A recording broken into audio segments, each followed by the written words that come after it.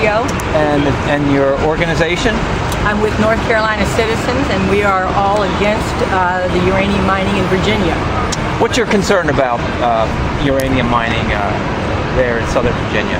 Well, we're concerned that the largest deposit of uranium ore in North America is situated right at the headwaters of the Roanoke River Basin, which goes into North Carolina and feeds the water and supplies water to municipalities, counties, all the way to Virginia Beach. So one, we are very concerned that the waste mine tailings cannot be contained, and they will not only get into groundwater and surface water, but the impoundments will also have huge amounts of toxic and radioactive water on top of them that will evaporate. So we're very concerned that this radioactive operation will blow up the East Coast, and that will spread in terms of water and groundwater across Virginia and North Carolina.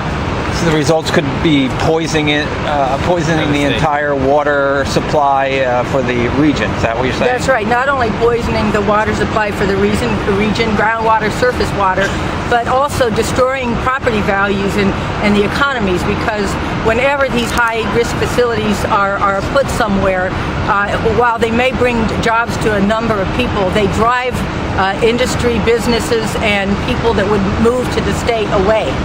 Is there anything that either the government or the company that wants to do this, they could do to reassure you that they would limit the risk of any sort of...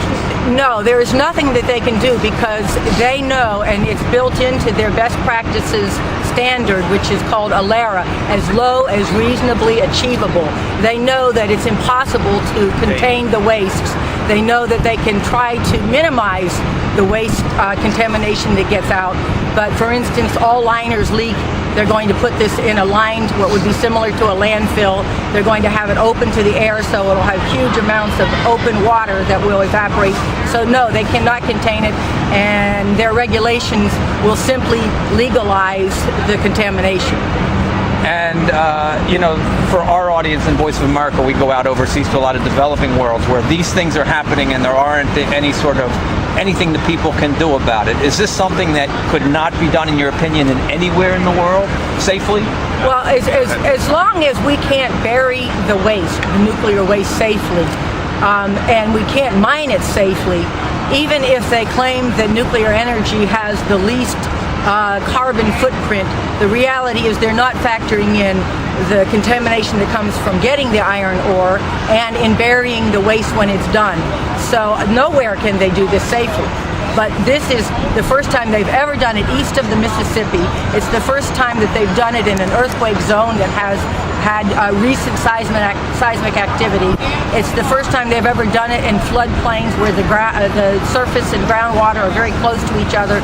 So it's never been done. This would be totally an experiment, and it would be an experiment which, once it happened, there would be nothing they could do to really mitigate it, because from what I've seen, contamination in the air moves in a matter of hours, and water moves downstream, sometimes they say also in a matter of hours. So no, there is nothing they can do to convince us that they can make it safe. Am I missing anything? Yes. My name's... Hold on, let me... Cathcart. Okay. And I'm from Roanoke, Virginia. Can you spell? Cathcart is spelled C-A-T-H-C-A-R-T, and Freda is spelled with 2 E's, F-R-E-E-D-A. Okay. What's your concern? My concern is that we're wasting Virginia taxpayers' money on something that is never going to happen in Virginia. Because right now the Chinese have invested over $300 million and have 160 scientists with PhDs to have a thorium-powered nuclear reactor by 2017. The United Kingdom, Japan, Norway, and India are all exploring going thorium. And thorium is not related to uranium? Thorium is another radioactive thing that's more stable than uranium. You can't make nuclear weapons from it, and it doesn't have the waste products of plutonium. So it still has toxic waste, but not nearly as much as uranium does. It's also more prevalent and cheaper.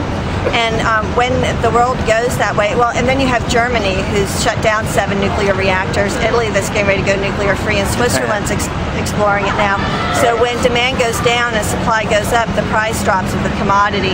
Right now, uranium's at $47 a pound. It meets it's low-grade ore in Southside Virginia. You need to get at least $60 a pound to make it worth extracting.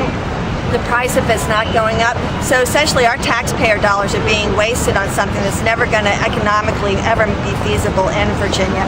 And with creating regulations, it's estimated to cost $5 million a year for 5 years with this. Well, let's just see.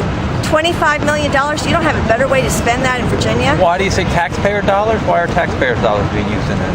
Well, the working group that the governor had this past year doing all those studies and getting together, that all cost us money. And from what I heard, it was $1.4 million.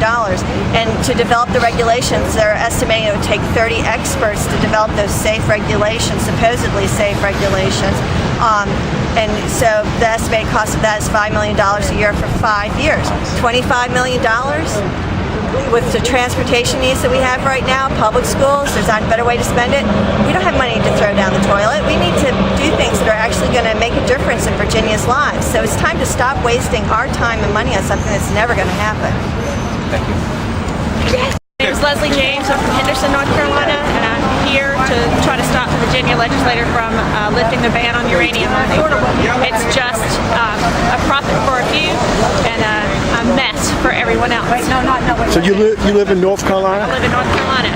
I feel like it's the greed of the few outweighs the need of the many, and it's just really a mess. It doesn't have to be a mistake that causes a leak. They're already writing into the regulations that they're allowed to let the radioactive water out into our waterways, and this is a huge problem. Why do you personally think this is a bad idea, uranium mining? I don't want to drink irradiated water. And I get my water from Carr Lake, which is downriver from the Bannister River, which is where this uranium mining is going to take place. So they can never make uranium mining safe? There's no way to make it safe. It has never been mined safely anywhere in the world, ever. Thank you. My name's Erica Gray, and I'm reporting from Richmond, Virginia, the General Assembly at the Capitol. I'm with Nuclear Free Virginia Richmond chapter. We are here, obviously, to protest the issue of mining uranium in Virginia. We want to keep our ban on uranium mining. It's not something we want to promote or go forward with. I'm Deborah Ferruccio. I'm from North Carolina, and I'm here today at the Virginia legislature because if the legislature were to lift the ban on uranium mining, it would have what the North Carolina Department of Environment and Natural Resources says are devastating and adverse impacts on North Carolina as well as, of course, Virginia. We're talking about the destruction of water supplies to nearly 2 million people because the Bannister River and the whole Roanoke River Basin would be contaminated. I'm here because not only would it affect North Carolina and Virginia, but the radioactive air emissions would evaporate from the waste pond impoundments, and they would blow with the prevailing winds all the way up the East Coast. So I'm here because this, to me, is the biggest environmental issue that has ever faced at least the East Coast, if not beyond. If they were to mine this largest uranium deposit in North America, they would open up what would become a Pandora's box, because there is no way that they can contain the waste. Their own standards, which are called best mining practices, are based on as low as reasonably achievable standard. They even have said, the project director, that